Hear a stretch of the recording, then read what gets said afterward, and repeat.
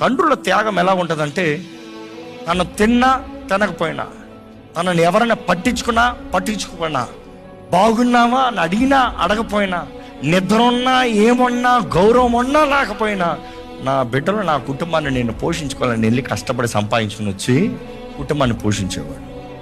అది తండ్రి పాత్ర. నువ్వు బిడ్డని నువ్వు ఎట్లా పెంచుతున్నావు అని అమ్మ చెప్తున్నా ఉంది, కానీ తండ్రి ఆ బిడ్డకి కావాల్సి ఉందా? ఆ బిడ్డ అవసరతలు తీర్చబడుతున్నాయా? ఆ బిడ్డ పోషించబడుతున్నాడా? ఆ బిడ్డ స్కూల్ ఫీజు కడుతున్నామా? లేకపోతే ఏం చేస్తున్నావు ఇంట్లో తండ్రిగా?